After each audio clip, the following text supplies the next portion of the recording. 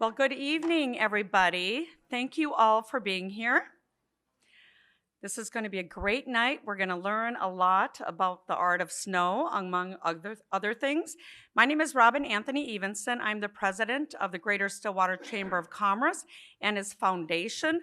We're the ones that host this event, and we're in our 5th year. It's been wonderful. First, we'd like to thank Minneapolis Institute of Art, specifically Rob and his team. Thank you so very much for this new partnership. We're really looking forward to it. Again, this event is hosted by the foundation of the Stillwater Chamber of Commerce. And I also why we're here, we do it in partnership with the City of Stillwater. The City of Stillwater's mayor is here. Will you please stand up? Give yourself a wave. He's great. We have a great partnership. We can't do it without the city. Also, a shout out to Health Partners, our title sponsor. There's some of you in the house. Thank you very much for being here.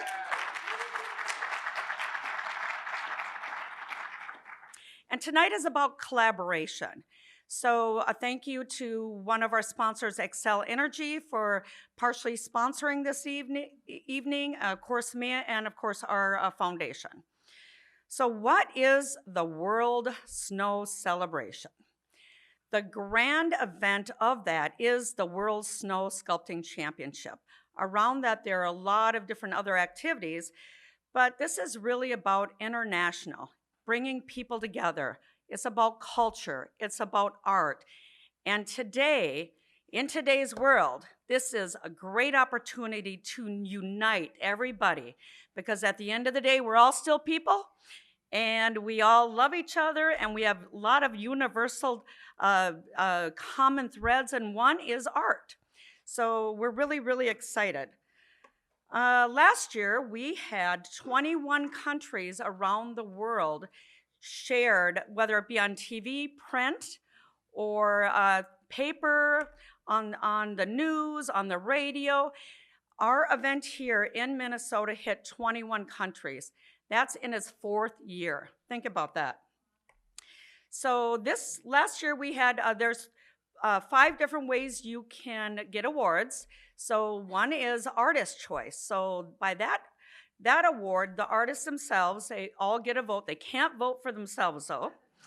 But that's probably one of the really important ones, because they're selecting what they think as artists is the best. So we have an Artist Award, and we also have the People's Choice Award. So there is an app for this event, and the people can also vote for theirs. So last year, we had the 3rd place winner win 3 of those awards, and that was Team Thailand. And I think they're in the house here.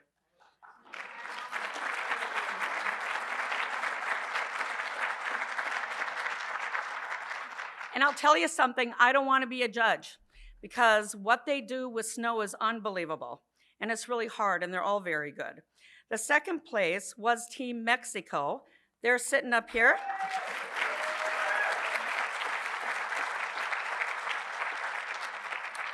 And the 1st place was Mongolia, and they are coming back as the champs from last year.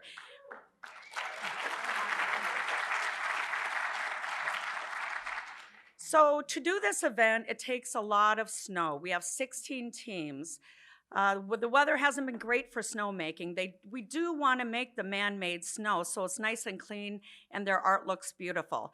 So one of our partners is Afton Alps. They are owned by Vail. They've been making snow as much as they can, but it's been a little warm this year, and it's been a little challenging. And so tomorrow morning, they are still making it right now, but tomorrow morning we're also having to truck some more snow in from Afton Alps to Stillwater. But at the end of the day, 200 tons of snow. So that is a lot of snow. You guys in Mexico don't know anything about that other than your art, right? So it's really a global gathering of talent and tradition. Again, mentioned we have the 16 countries. It's wonderful to come on down. I sure hope I see all of your faces next week. They will start sculpting on Wednesday at 9 o'clock, and they will sculpt all the way until 2 o'clock on Saturday afternoon.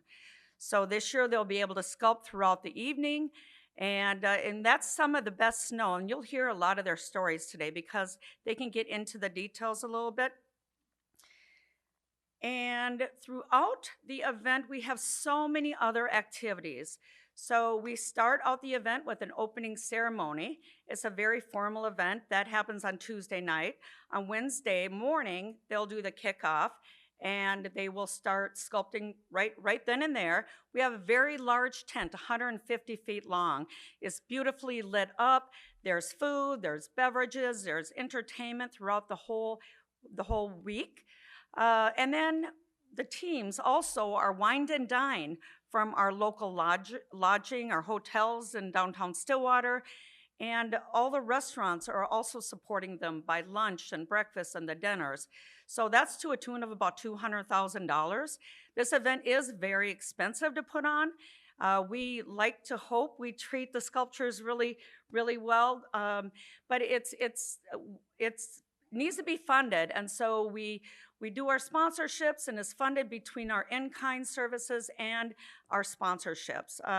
But it's just so spectacular because the first quarter in January in Stillwater and a lot of other places, it generally is really slow for the businesses. And this really brings lots of people. Last year we had like 60,000 people come in. There is a free shuttle. So if you don't want to deal with the parking, you can get on a free shuttle. It's one of our trolleys from the Stillwater Middle School. So that runs Friday, Saturday, and Sunday. So everything you need to know about this event is on our website, www.World Snow Celebration. One of the fun things we're doing this year is a Taste of the Nations. So 16 of our local restaurants in the Stillwater area, one in Bayport, Minnesota, and one in Hudson, Wisconsin, will be having an entree and supporting each one of these countries. So you can go to these 16 restaurants and, get a little of the world experience. So that's really a lot of fun. In fact, a lot of the restaurants are running out of what we're calling a little passport. So if you go to all of them, you can get in for a drawing, and they're running out. So that's really exciting and hasn't even started.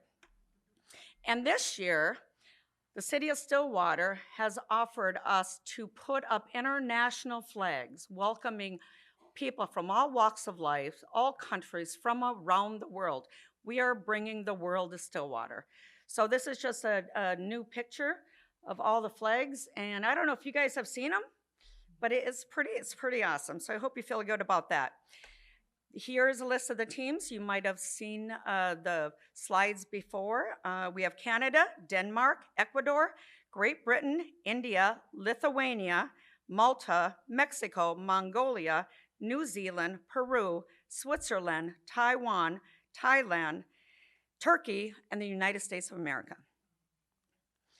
And if you look at the big picture, that's where they all come from. Isn't that something?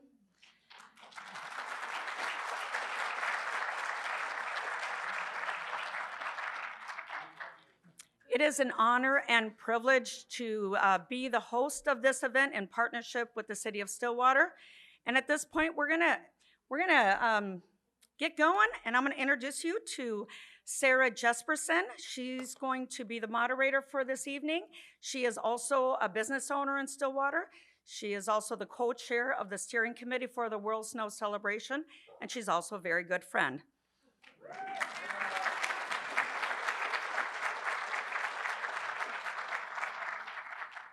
The part you've all been waiting for. If you are a sculpting team that's not on stage, can you stand up? If you're in the audience and you're part of our sculpting team, go ahead and stand up. They're so shy all of a sudden.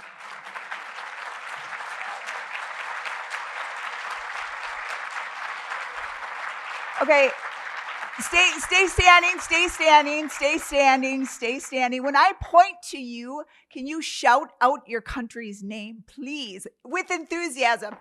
Malta! Great Britain.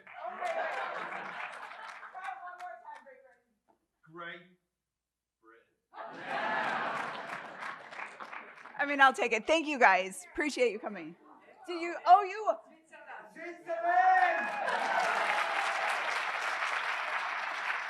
And Switzerland for the win. The solos. I love it. Thank you. Appreciate you all coming. Okay. So I'm going to introduce you to the team captain. They're going to introduce you to their group at large, and we're going to show you a little bit of their work. So these have become good, close friends of mine, and I'm so happy and I feel honored to sit along this group. And Steffi, you are up. I'd love you to introduce your team and tell us a little bit more. Yes. Hi, I'm Steffi, and I'm the captain of Team Denmark, and I'm here with my beautiful friends. I'm looking at you, but you're from Team Mexico, so those are my beautiful. He's also a beautiful friend. This is Jan Lastovica. He's originally from the Czech Republic, but he's helping me on Team Denmark, and I mainly bring him because he has very long limbs, so he can reach far. He's also a great artist. This is Anton, and Anton has equally long limbs. So I'm happy about my team, and we are very grateful to be here. Thank you for the good introduction. And oh, yeah, you want me to talk about the art. So I'm an artist. I do art projects all over the world. Some are in China, some are in, this is France, this is Australia, and this is Breckenridge probably, and this is China. And this is here. This is what we're gonna do here in Stillwater, and it's all about happiness. It's called Bloom of Bliss because I think that the happiness mostly starts from a small seed that grows bigger. And in the times we're in now, it's very important that we stick together as humans and that we found solutions across country boundaries. Yes. And yeah, that's what we're here to make, and we hope it will be great. Thank you. That's beautiful.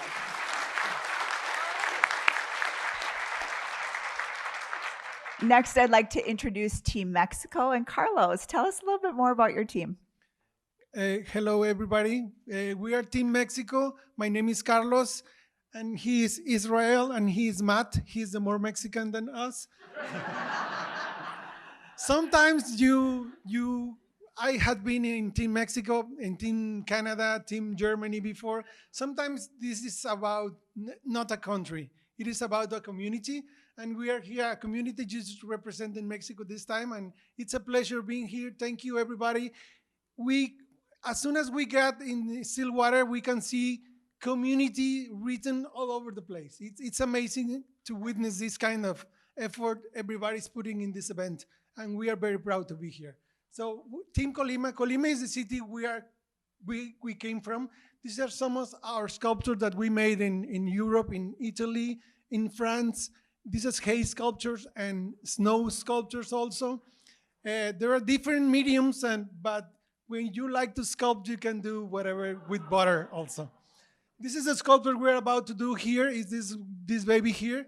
It's about tripping. Sometimes in life,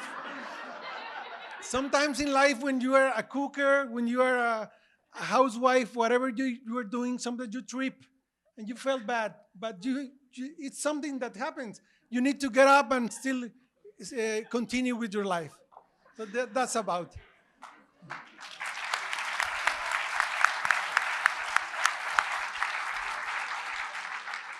I love it. Like sometimes you be tripping. It's cool.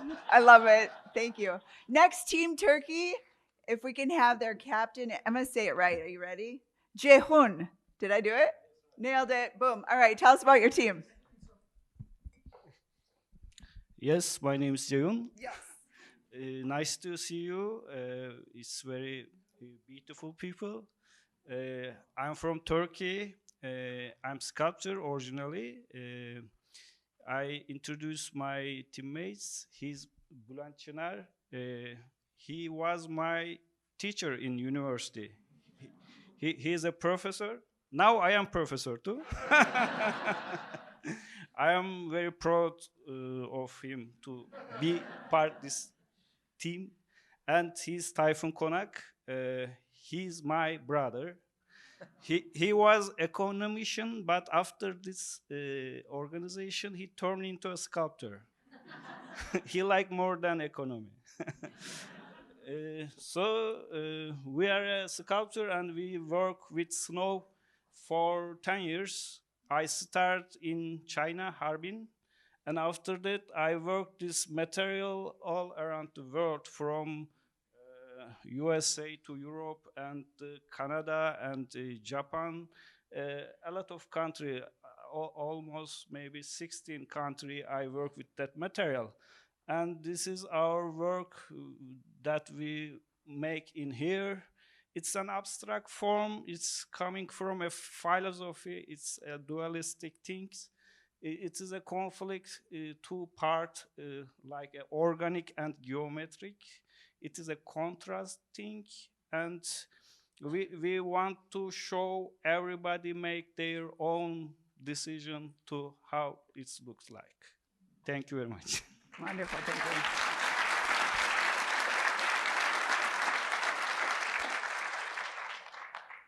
I like to say something. We are short limbs. We are not equal with Denmark. You can't be on Steffi's team. Sorry. So you guys can pass that around. So I'm going to ask some questions. If we have time, we'll also allow for some questions from the audience. Each team will choose one person to respond to it. And they're not nervous, but they also ask for whiskey, so I don't know what that means. Mexico, this first one is for you. Do you remember the first moment that you wanted to sculpt in this medium, snow? It doesn't seem like it would come readily available to you. So did you grow up around snow? What happened? How did it go? The first time I started, I came as a helping hand for a team that was already made, and someone doesn't get the visa. So they invite me 1 week before, and I just came to, it was the first time I saw snow in my life. So you can imagine I was very shocked. But at the same time, it was like I was like tripping. So I became obsessed with that. So I continue doing for more than 18 years so far. Okay, so had you sculpted anything before you sculpted snow? Did you do No, any? it was my first time. I could totally do that, yeah. All right, thank you. Okay, next, Team Turkey. What first led you to sculpture as an art form, and how did snow specifically enter your creative life? I started sculpture department when I was in university, when I was 19 years. Honestly, before that, I didn't have any idea about sculpting. After that, I focused into a department of sculpture. Then I interest in organization around the world, like symposium, sculpture symposium. And I saw one website is ice competition in China. And I sent one project, and they invite me. I shocked because I haven't been any experience about that material, and we need to have a team, and just I invited, and I asked my friend, "Do you want to come with me to China?" He said, "Why?" Because I invited from ice sculpture symposium competition. He said, "Okay, but you know how to work with ice?" I say, "No." "And do you have specific tools?" I say, "No." Then we go. We learned in China techniques and how looks like to work with ice and snow, and we like it. And it was 2015, and after that, from today, we work with snow and ice, and we are here now. We're glad you took that risk and Yes, did it. yes. Absolutely. Denmark, you ready? Was there a mentor, tradition, or defining experience that shaped your path in snow sculpting? Oh, my father started a wood sculpture symposium when I was born. So it was my whole life. These artists from all around the world came to our very tiny hometown and made my life just so amazing. So I think I made my first sculpture when I was like 3 years old. I was helping an international woman, an African woman, to make her artwork. And that's kind of how I got the idea of what is a sculpture and how do you make it. And then, of course, I was looking into the world and I was thinking there must be other people as crazy as my father organizing something like this. And then I realized that there are places like Stillwater where you do it in snow. So for me, it started like that. I know that Jan's father was sculpting snow for many years, and that's how he started. So it's a little bit like Carlos is saying, and like you're saying, that there's a first time for everyone. And normally you hear from your network or you see a webpage, and then you just have to try. And then after some years, you get a lot of experience. You know that there's a big difference on working with real tools and just with a shovel. So that's how it started for me. So your dad, that's really cool. And you continue to pass on that tradition and teach younger. You starting at 3, you might win up here. Anyone start younger than 3? No, Steffi wins. Good job, Steffi. That's very sweet. I'm not better than them. All right, Mexico. Did your family or community initially support this unusual art, being that they're not from this climate?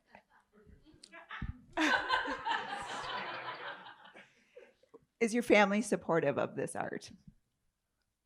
Very supportive, actually. When I first competition I went to was with my son, the national competition in Lake Geneva. So they've been very much involved in it. Part of the reason why I'm a sub is both my boys were pretty much the team from Nebraska for many years. They're both busy raising little kids that hopefully when they get old enough, they'll continue on the family tradition. So they're very supportive. My wife's absolutely enthusiastic about it, so I couldn't ask for more. It's wonderful. All right, Turkey. How does your home country influence the way you approach snow sculpting through storytelling, maybe symbolism, technique? Maybe, Turkey is in the middle of the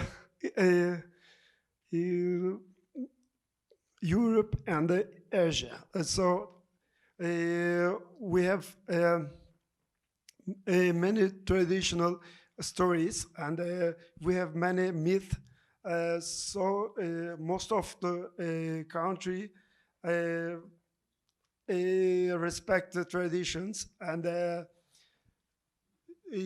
maybe the Greek civilization appear in our territories. So it makes me so nervous in the same time, because it's very strong civilization, and we belongs to our traditions, our myth, and they feed us sometimes. But as a team, if we choose the non-figurative forms, not storytelling, but as a mental works. We are working on generally on mental ideas, mental works. So that's all. Our country is very rich as a culture. Maybe you have to visit there. Is that an invitation for all of us? Yeah, Okay. please. We're coming to Turkey. Yes. Mexico, I'm going to change this up a little bit. When you come to Minnesota, and it's obviously frigid, how do you figure out what to wear, how to stay warm, not get frostbite? How do you manage this? It took me many years. Mm-hmm. The first time I came with I think it was good, but it wasn't. So it was a process of maybe 5 years suffering sometimes crying at midnight, still working, and I say, why I'm doing this? But in the years after, I became watching what other people wear, and I said, where do you buy this? Because in Mexico they didn't sell this kind of thing. And then I started learning, and people give me sometimes socks, special socks. So it started like that. I think others can relate to the cold. Yeah, showing up and being like, "Whoa, was not prepared for this." Yes. All right. Denmark. Are there cultural myths, histories, or values that subtly show up in your work, in your snow sculptures? Do you think there is? Yeah, Oh, because we were talking about it I do. in the team, and we have been. Jan and I have been working together for many years, and for the last many years, we have worked with abstract form. We like that we have an idea, but that the viewer can analyze the artwork and find a meaning for themselves. So, of course, I bring my culture and my traditions within everything I do, but I'm not sure if it's visible for other people. And I wouldn't be sure what to pinpoint directly and say, this is the Vikings, and this is the whatever else we have in Denmark, which you would know. We have great beer as well, but yeah, of course, it's in your work mostly. Yeah. So we of course we bring culture and tradition into everything we do. Yeah. I don't know if it's answering your question though. Well, I think it is, because when we see something abstract, it makes us curious. And so that curiosity leads to trying to learn more about you as a sculptor and about your country. So I always feel like I have an understanding that's probably my own, that I've made up, but it is influenced by my curiosity about you and your country. So great answer. Thank All you. right, you're welcome. Turkey, back to you guys. What is the most challenging or fun thing about working with the snow versus something like bronze or a more permanent material? We are working on, generally, we are working on metal or stone. Stone is something like carving techniques, similar to doing some snow sculpting. But the metal techniques is totally different. You are adding the material, and you are by the adding, you make it greater work. And so you have to always add, and you go back again. A totally different idea. The bronzes, you have to work with the modeling techniques. After some molding and some casting techniques, you reach the final position. It's totally out of your work techniques. So it's the easier part for us, but it's easier. It's very hard to turning back. You don't do faults easily. You have to care. You have to decide. Right deciding. You have to do it. Otherwise, you cut something wrong part, and it's not so easy to fix again. Mm-hmm. So you have to decide always a good decision. You have to work by the good decision. Yeah, snow is a little bit more forgiving. Yes. Okay, Mexico. Have you ever had to completely redo or rethink your design in snow sculpting because of the weather you're presented with?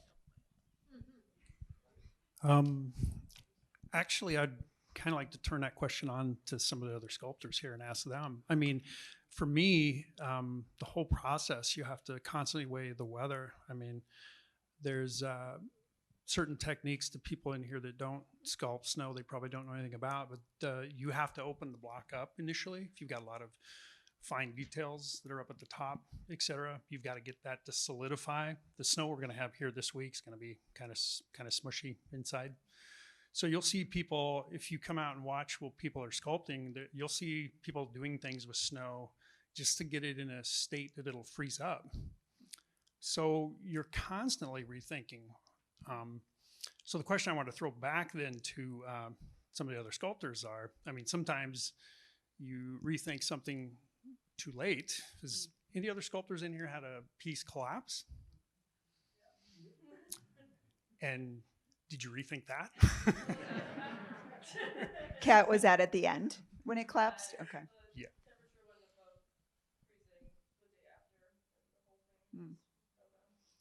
So you know, you're constantly thinking about what you're doing and you're constantly adjusting it, but you still, sometimes you have to gamble too. Sometimes you can overanalyze too. Sometimes you think about it too much and the weather turns out, maybe clouds come in and it doesn't get quite as warm as you thought it would. And you're like, man, I wish I would have just pushed a little bit farther. So it's honestly, snow's one of those medias where you're constantly readjusting.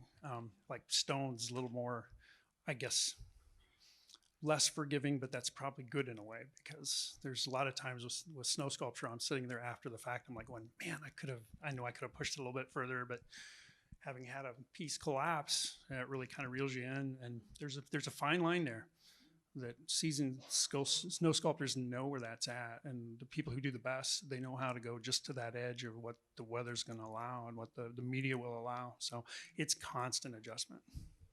It's impressive for those that are watching because when we're waiting for you to arrive, we have a plan A for snow and then a plan B for snow and then a plan C. And we are so nervous because one year, I think you guys called it like mashed potatoes that we provided. And it was like the best we could do under the weather conditions. But we know your art depends on good snow and our partners at Afton Alps do amazing.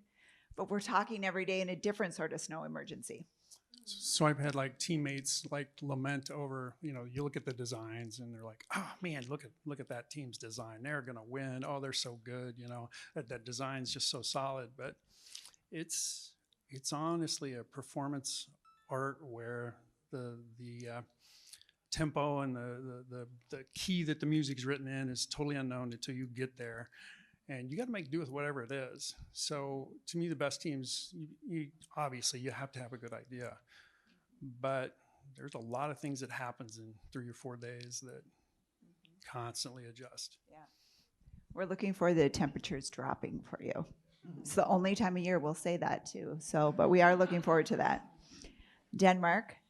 And Steffi, this might be interesting. So we're talking here, wondering about the relationships that are formed. You're creating teamwork. You're working under pressure. Sometimes you love the people you're next to. Sometimes 5 minutes later, you really would rather not be with them. Tell me what happens, and is there ever romance? Okay, so on our team, I don't know how you do it. And it might be also a culture thing, but we have a team captain for a reason, so we don't have to discuss so much. I have 10 votes, they have half of a vote. So, of course, I hear what they say, and it's also a joke, we're a team. But we very rarely discuss. We very rarely have any... Like when we go to make snow, for us and for me as a team captain and for Team Denmark, the most important is to bring joy and to have a good time. Because we can't control the weather. We can't control, there are so many things we can't control, but we decide what we contribute with and that we try to be happy and easygoing people. But we also kind of fall in love sometimes. What can we do? So we try to not fight. Some of us fall in love, and it happened to Jan, actually. He met my now husband, who is not here now, who's normally on Team Denmark, but for several reasons, he's not here. It's not fighting reasons. But Jan met my husband at a snow sculpting competition. At the same year, he met the mother of your child you met there. So do you want to say something about it? Yes, I would like to say that sometimes I have like 1.5 votes. Okay, yeah, you get it. And, but in general, I met great people doing snow sculptures. Like one of them is Carlos sitting here. Through snow sculpting, I made my first ever hay and straw sculpture in Mexico because he invited me to a festival he organized in Colima. And I stayed in his mother's house. So I think doing snow sculptures is great because you meet people from different cultures. You not only see how they do it, but you see like what kind of sense of humor they have, how do they do it, what tools they use. That's very important. First time I met Carlos, I was borrowing tools from them because they had better tools at the time. Now we all have the same because the Chinese, they produce the best tools you can have for snow sculpting. So yeah, we don't fight. Not yet, not yet. But I would like to say that actually, I think all of the people in this room who did any symposium in their life know that a lot of people fall in love during these events. And of course, it is hard to have your spouse on the team unless you know who decides. And that's why it's always me. So.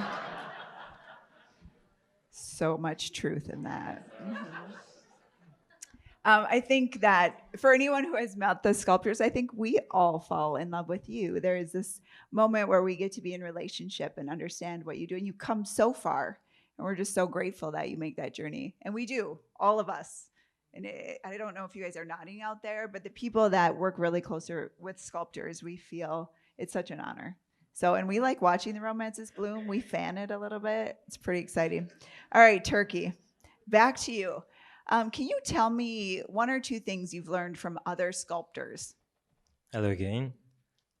Yeah. My name is Tayfun Konak. My English is come and go. Because I need to drink something. But I'm so sorry. I was supposed to provide whiskey. I'm sorry. I told know. you. I know. I won't fail you next time. But I'm drink water, but not water. Not the same. Okay. First of all, thank you for everything. Nice organization, everything. And my YouTube channel is first day in my YouTube channel.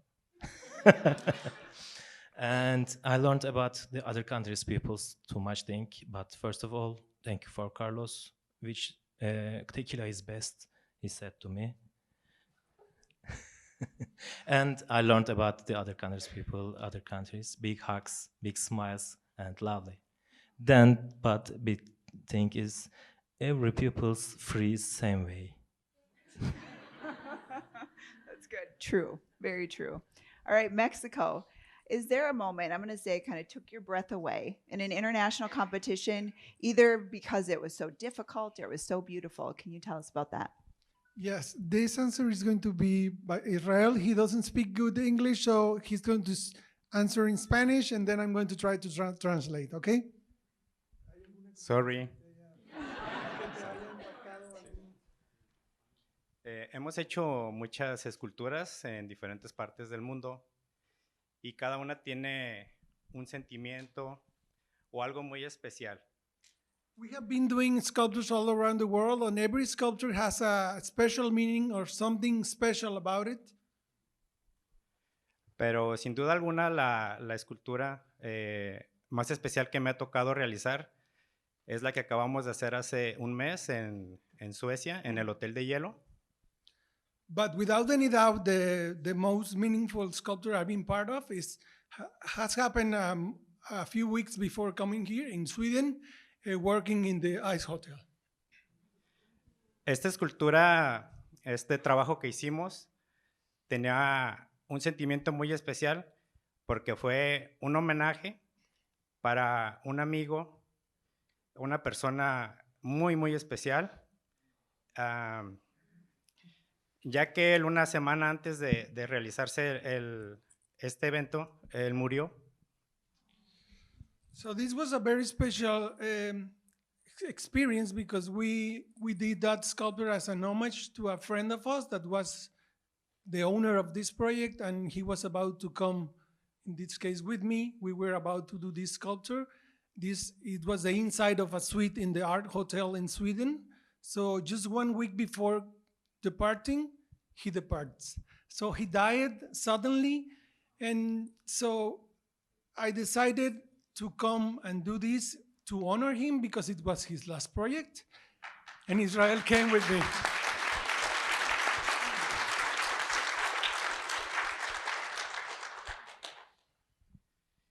Este trabajo, sin duda alguna, es el que hemos hecho con todo el corazón.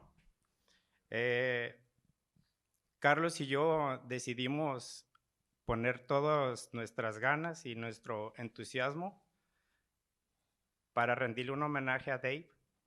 Creo que él está muy contento con lo que hicimos y sin duda alguna esta ha sido la experiencia más maravillosa para mí por este motivo.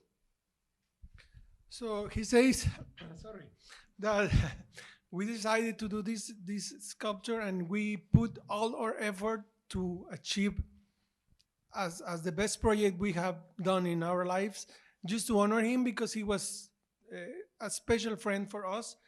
And undoubtedly, this has been the most the most special project I have been part in my life.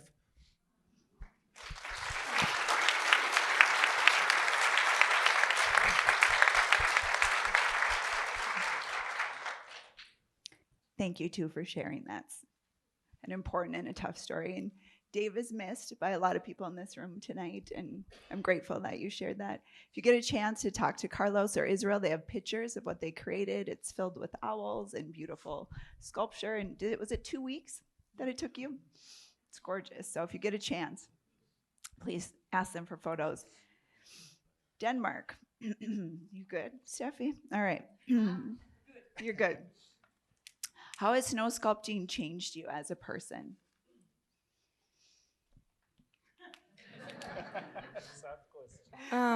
Well, it has changed me a lot. I think mostly, well, I mean, the work is great. I love to work in snow. I love to be outside and do very big shape.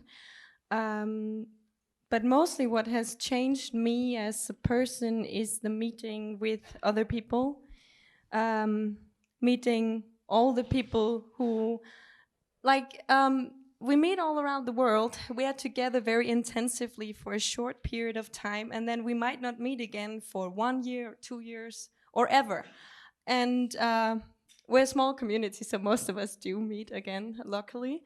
And most of us share very, at least for me, I share very meaningful times with the people during these kinds of events.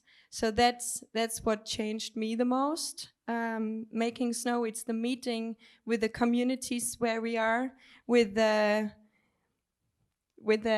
people of the shops in Stillwater when you go in and they recognize you from last year, or the other artists who we spend time with. I'm sorry, can you answer? I'm not sure, like, you are right, boss. I think that meeting the people is one of the best parts of it, about it. And of course, when I don't carve snow, I work as an illustrator most of the time. So I'm home alone drawing small pictures. So being able to be part of a snow sculpting team allowed me to think about totally different field, and different scale. And snow allows you to do gigantic sculptures, and good thing is that they melt if you are not very successful. So it changed my thinking about art, because I would be stuck with small pictures. Yeah. I want to leave at least 10 minutes for questions from the crowd. But before we do that, if you can pass the mic all the way down, just if you can share what you do for your full-time hustle, if it's art or if it's something else, and then pass it down, and then we'll open it up for Q&A from the crowd. So I'm a systems engineer. I work on computers all day long. So art helps me keep sane. Yo trabajo como entrenador personal. Me gusta mucho la música. También soy baterista y juego fútbol. He works as a personal trainer. He's a drummer, and he plays football. And I am an architect, and I work in several things. I have a store. We sell decoration items. We have a decoration store. Me and my wife work together every day, and we are also for 20 years wedding planners. So if you happen to need someone, I might call you. Well, I'm an artist, and I mostly do sculptures, and I like to do very big scale. So you saw some of the photos, in any material. Okay, as I said, small pictures and small sculptures, mostly out of porcelain. So, and then snow and wood, thanks to her, because I was invited to the festival she organizes, and she somehow supervised my work with a chainsaw. That's all. Hey, I study computer science and I work in an art gallery, just hustling around. So that's pretty much it. I'm working on university as a professor and a full-time artist and a part-time mountaineer. Very long time,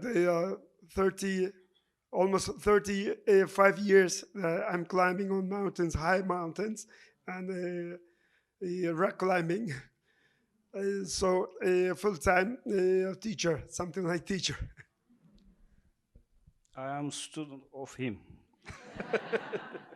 I work a lot of materials from iron to ceramic and wood, stone, and ice of snow, of course.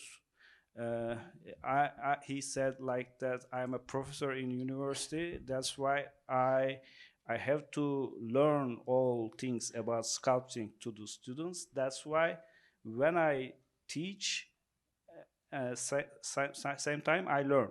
It's a good way to learn. Teaching is a good way to learn. I understand that. Thank you. I have been making snow sculptures for 10 years, but original job is a university teacher for economics. Out in the crowd. So raise your hand if you have a question, and it can be for a specific person or a team or in general. Or economy. Or that. Does anybody have a question? There. Testing. So what is the work schedule? How many hours do you work? Do all three of you work at the same time? Do you trade off? What's a typical day look like?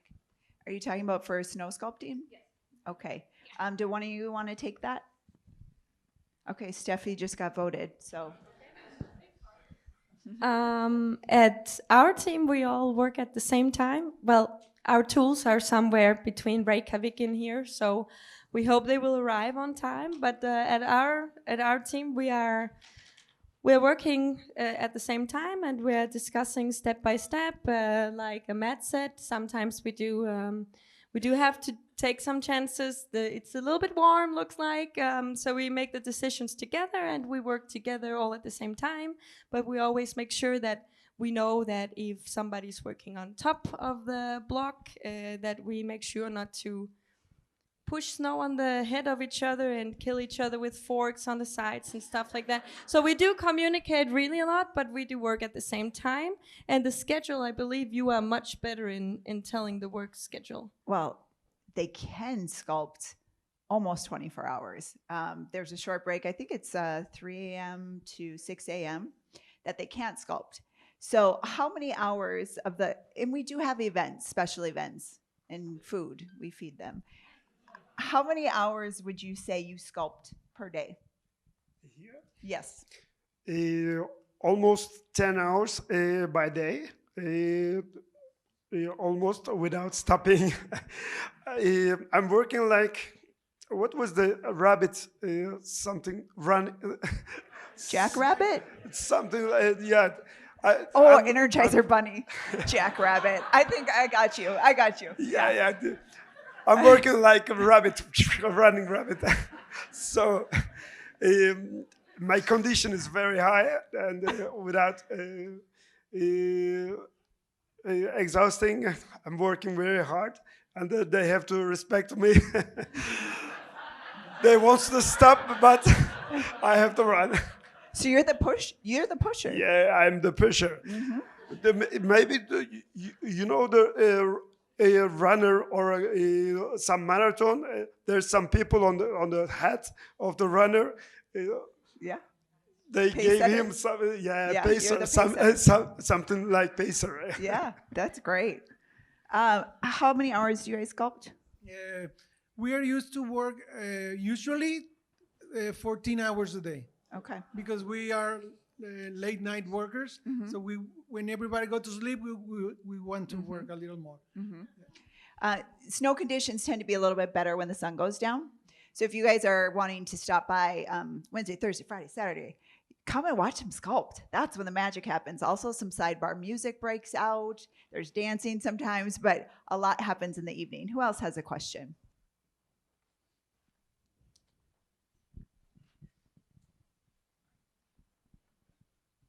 Given that the climate is so variable, I'm never understanding why municipalities who host snow sculpting and ice sculpting never put tents over the teams that are working and over their endeavors. They just let the sun melt them.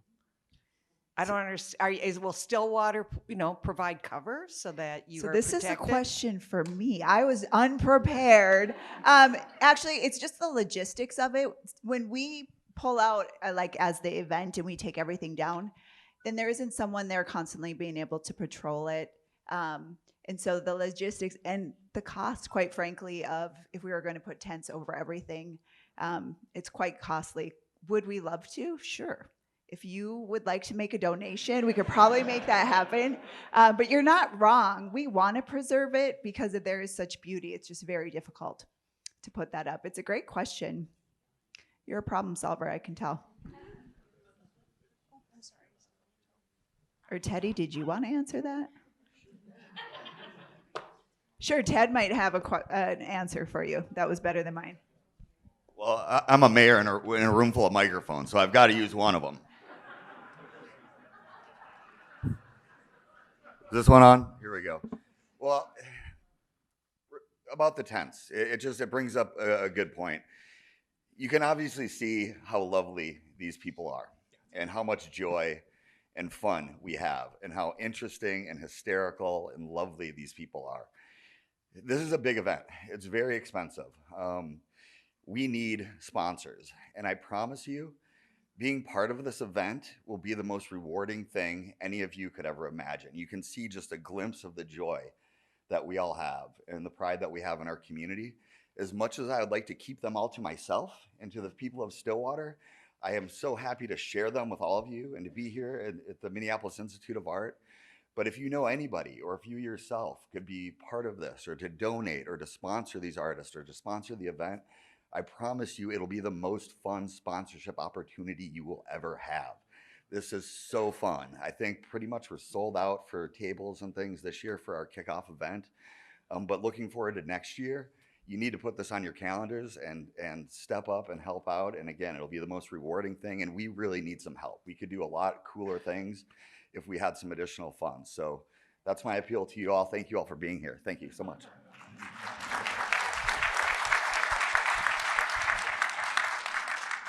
That was awesome. Thank you, Teddy. We have, is someone waving? Yes. So Okay. I was just wondering, what kinds of tools do you actually use in snow sculpting? Like, I'm sure there's a huge variety and it depends on the conditions and whatnot, but He said a big fork. This is a great question. And what you'll find too is a lot of them have custom made their tools. So does anyone want to share what you've made, a tool that you've made? Carrot grinder. A carrot grinder? Yeah. Oh, like a peeler? Oh, or a grinder? Making surface Peeler. fine. Cheese grater? Cheese grate. Go ahead, yell them out. What else have you used or made? Sandpaper for finishing the surface. Melon baller. Yes. Thanks, you know Kat. you know what a gusset plate is? It's what they use to put a rafter together in a house. It's like Sure. A gusset plate? Anyone? Switzerland? Some saw. Great Britain? A saw? Yeah, saw. Chisels? What else? The shovel, but Is- we made the spicy. Yeah. Like 5 minutes before I left. Can you think any others? We used to use a wire with knots to cut the big pieces of the block, but it's a very physical activity. And now with as I promoted the Chinese tools, with them you can do the same work, I think, easier, in my opinion. So that's actually a cool question for the audience to kind of consider when you walk, or if you go down there and watch while people are sculpting. Look at the tools. It's every competition I've ever been to, I see some new tool I've never seen before. I mean, I've been to a lot of competitions, and it just, the creativity in the tools is equally impressive. I think we might have time for one more question. and So we're gonna wrap. in sand sculpting, I've been told that there's a known limit to the slope at which you can form sand, just because of the granularity and the structure of those grains. If you exceed that slope, the thing collapses. And I was just wondering if there are any known mechanical properties of snow that you're aware of, rules of thumb that you use to limit the slopes and shapes that you can form. What do we think? Oh, Belongs to gravity. Yeah, we respect to gravity. So it limits us.